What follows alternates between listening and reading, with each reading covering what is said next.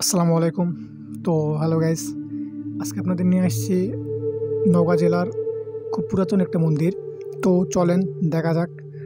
আর এই মন্দিরটায় অনেক কাহিনী আছে, অনেক গল্প।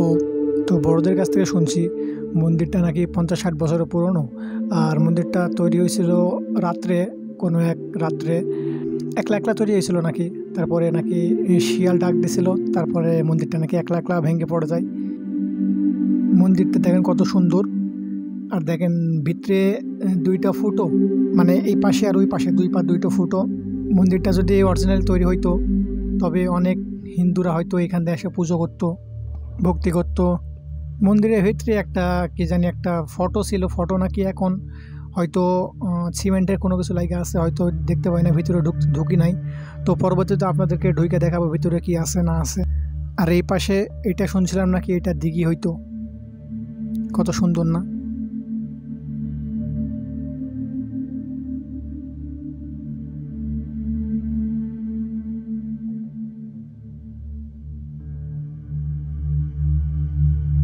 তো গাইজ এটাই সেই মন্দির। তো গাইজ এরকম সব রোমাঞ্চকর ভিডিও দেখতে আমার চ্যানেলটি সাবস্ক্রাইব করে রাখুন।